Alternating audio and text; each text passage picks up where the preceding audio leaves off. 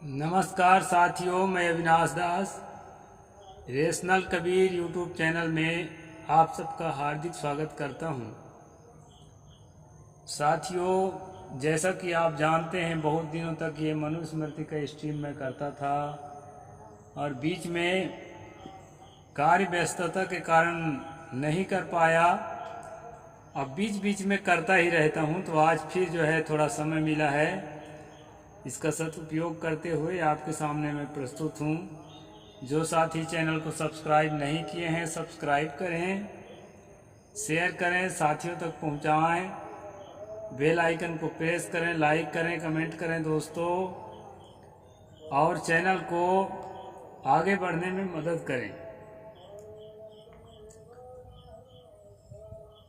पिछले स्ट्रीम में मैंने बताया था कि ब्राह्मण अगर निसंतान है और मर गया तो उसके संपत्ति पर ब्राह्मण का ही अधिकार होना चाहिए,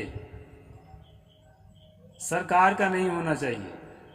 लेकिन ब्राह्मण के अलावा यदि कोई दूसरा जाति का आदमी मर गया, संतान नहीं है उसके पास, तो उसके सरकार जो है उसकी संपत्ति को ले ले। ये वाला कानून पिछले स्ट्रीम में पढ़े थे दोस्तों। अब आगे क्या कहते हैं मनु, इसको मैं बताने जा रहा हूँ। एक चीज है दोस्तों, स्त्री के लिए यहाँ जो बताया है, पिछले में बताया था इसको कि संतानहीन पति के मरने के बाद स्त्री सगोत्र से यथा विधि संतान लेकर पति के धन को उस पुत्र को दे दे। यदि स्वयं संतान नहीं उत्पन्न कर सकती है तो अपने ही गोत्र के, मतलब जो शुक्ल गोत्र है, मान लीजिए, उदाहरण मैं दे रहा हूँ, कोई शुक्ल सुन रहा होगा तो बुरा ना माने भाई, कोई शुक्ल गोत्र का है पुरुष, उसकी वो पत्नी है, तो वो शुक्ल गोत्र के किसी दूसरे को अपने भाई भतीजा के, उनके जो रिश्ता है चाचा ताऊ के, उसमें से किसी एक सुयोग जो है जिसको वो समझे, उसको अपना पुत्र के रूप में स्वीकार करके अपने पति के हिस्सा का धन उसको दे सकती है। यानी स्वयं जो है वो लेने का नहीं है। स्त्री को धन लेने का अधिकार मनु के विधान में नहीं है। लेकिन साथियों, स्त्री के पास धन होता ही नहीं है मनु के सिस्टम में, ऐसा भी नहीं। स्त्री के पास एक स्त्री धन का वर्णन है, मैं शायद पीछे सुना भी आया हूँ और प्रसंग आएगा तो फिर सुनाऊंगा।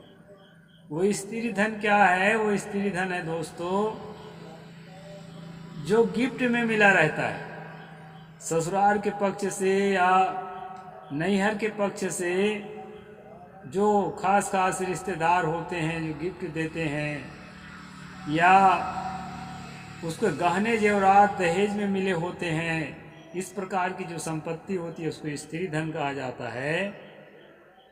पारिवारिक जो चल अचल संपत्ति है उसमें स्त्री का अधिकार मनु ने नहीं दिया है। तो इसी के इर्द गिर्द आज का प्रसंग है दोस्तों, तो मैं आपके सामने प्रस्तुत करता हूँ।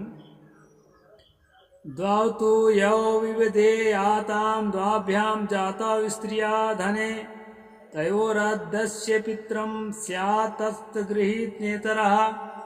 दो पिता से एक ही माता में उत्पन्न दो पुत्र यदि माता के धन के लिए आपस में विवाद करें तो जिसके पिता का धन हो उस लड़के को धन दे देना चाहिए।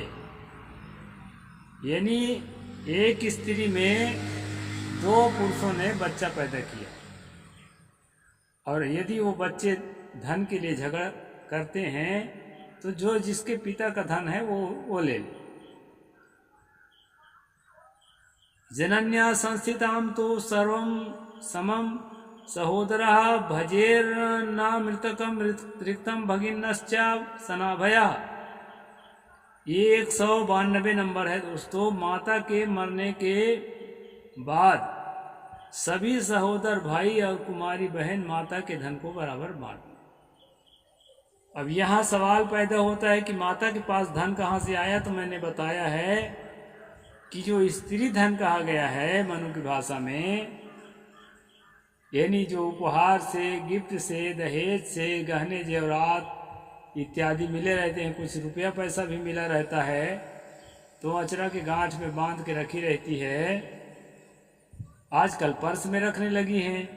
उस धन को जो है यहाँ कहा है कि माता के मरने के बाद सभी सहोदर भाई जो उसी के पेट से उत्पन्न हुए हों और कुमारी बहन जिसका विवाह ना हुआ हो, वो आपस में बांट लें। विवाह किए हुआ बहन में इसका हक नहीं। यास्तासां स्युर्दुरहितस्तासामपि यथार्हतः माता मध्य धनात् किंचित् प्रदेयं प्रीतिपूर्वकम्। बहिन के कुमारी कन्याओं को भी नानी के धन में से अपनी प्रसन्नता से उनके संतोष के लिए कुछ देना चाहिए। यानी कि कुमारी कन्याओं को उसके नानी का धन उनके संतोष के लिए कुछ न कुछ देना चाहिए, ऐसा इसमें बताया है। अध्यग्नि अध्यवानिक प्रीति से दिया हुआ भाई से, माता से और पिता से दिया हुआ धन, ये 6 प्रकार के स्त्री धन होते हैं। ये आ ही गया प्रसंग जो मैं बताने जा रहा था, हालांकि पिछले अध्यायों में भी बताया हूँ। अध्यग्नि अध्यावाहनिक यानी प्रेम पूर्वक दिया हुआ धन, चाहे भाई से दिया हो, माता से दिया हो, पिता से दिया हो, इस प्रकार के 6 प्रकार का धन बताया है जो स्त्री धन कहा जाता है, और ये धन स्त्री के पास होता है। ये बात है दोस्तों। अन्वाधेयम च यदत्तम पदत्यम प्रीतेन चैव यत् पत्यो जीवत भृत्याः प्रजायास्ताम भवेत्। विवाह के बाद पितृकुल या पतिकुल से जो धन अन्वाधेय स्त्री को मिला है और पति ने प्रसन्न होकर जो स्त्री को दिया, वह सभी धन यदि पति के पहले ही स्त्री मर जाए तो उसके पुत्र को देना चाहिए। पति के पहले स्त्री मरती है तो उसके जो धन है उसके पुत्र को दे देना चाहिए। यानी कि उसका वही धन जो स्त्री धन यहाँ बताया है। ब्रह्मदैवास गांधार प्रजापत्येषु यद्यसु अप्रजायामतीतयाम भर्तुरेव तदिश्यते। 196 नंबर 9वां अध्याय मनुस्मृति। ब्राह्मदय वार्ष गंधर्व और प्रजापत विधि से ब्याही स्त्री का धन उसके निसंतान मरने के बाद पति का होता है, ऐसा आचार्यों का मत है। साथियों, यहाँ 8 प्रकार का विवाह बताया है। 8 प्रकार विवाहों का बताया है, जिसमें से ब्रह्म विवाह, दय विवाह, अर्ष विवाह, गंधर्व विवाह, प्रजापति विवाह, इतने विवाहों का मैं पिछले बता चुका हूँ। इतने विवाहों का जो इससे उत्पन्न जो इस ढंग से विवाह किया है, वो निसंतान अगर मरती है तो वो उसके धन जो है, स्त्री धन जो है पति का ही होता है और किसी का नहीं होता। वैसे पति का होता ही है। यद्यस्या धनम दत्तम विवाहवासुरादिषु अप्रजा मायतीताम माया पित्रो दृश्यते। असुर आदि विवाहों में जो धन स्त्री को मिलता है, वह धन यदि स्त्री निसंतान मर जाए तो वह उसके माता पिता का होता है।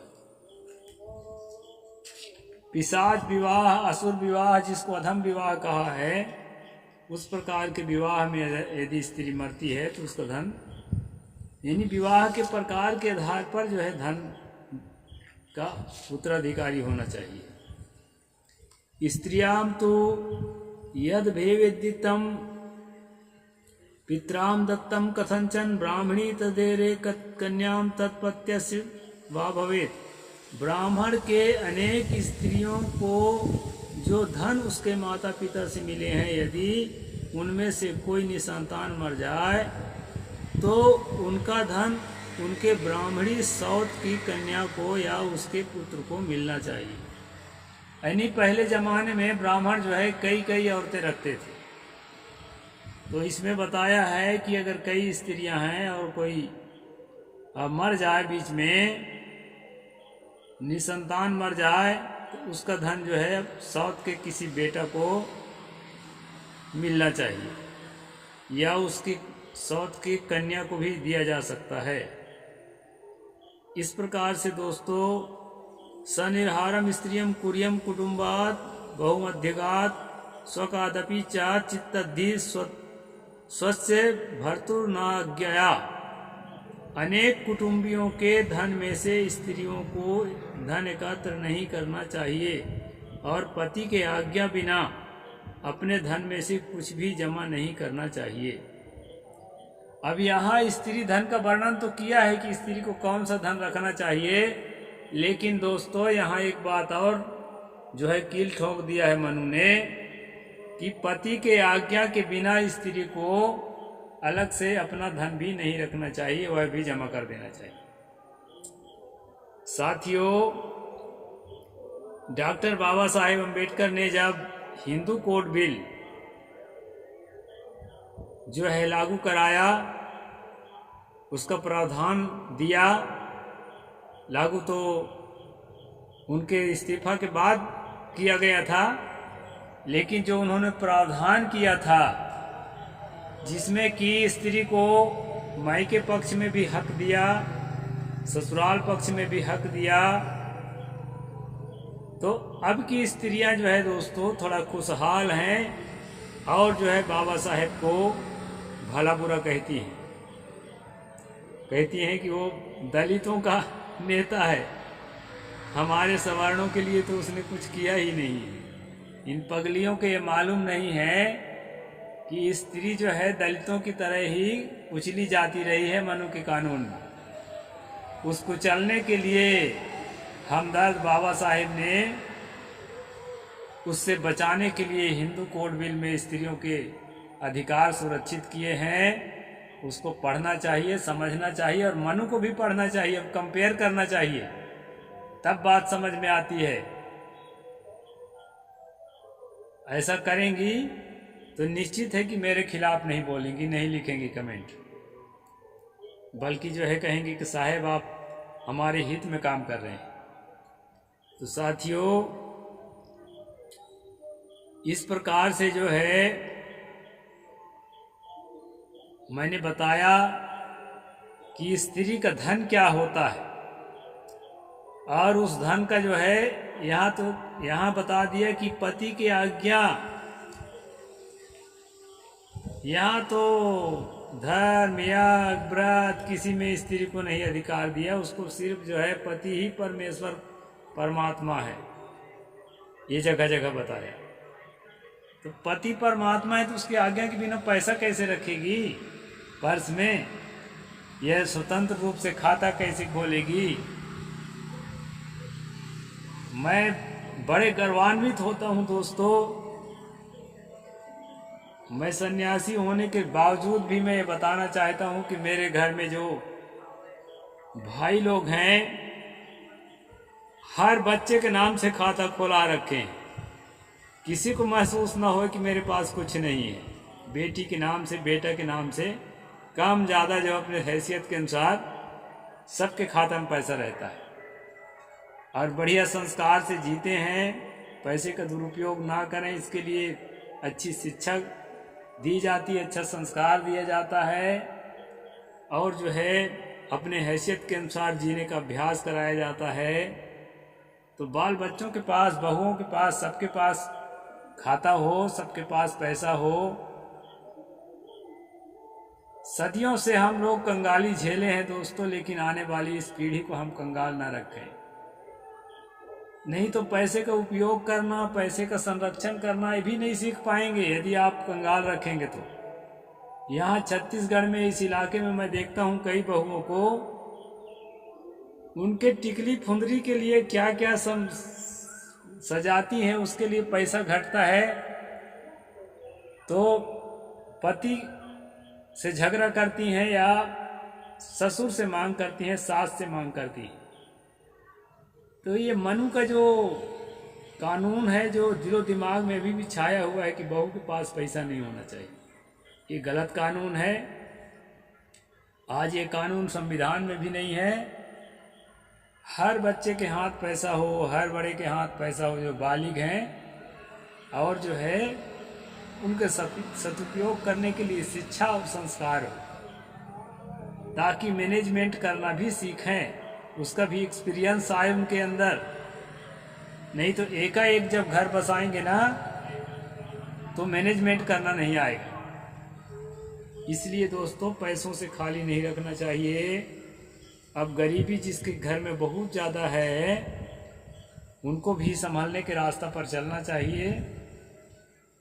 तो मनु की जो विधान है वो आज मैं यहीं तक बताऊंगा आपको। आगे वाला प्रसंग में कल या किसी भी दिन, अब रेगुलर नहीं कर पाता हूँ तो किसी भी दिन जो है अगला स्ट्रीम करूँगा तो बताऊँगा। आज बस इतना।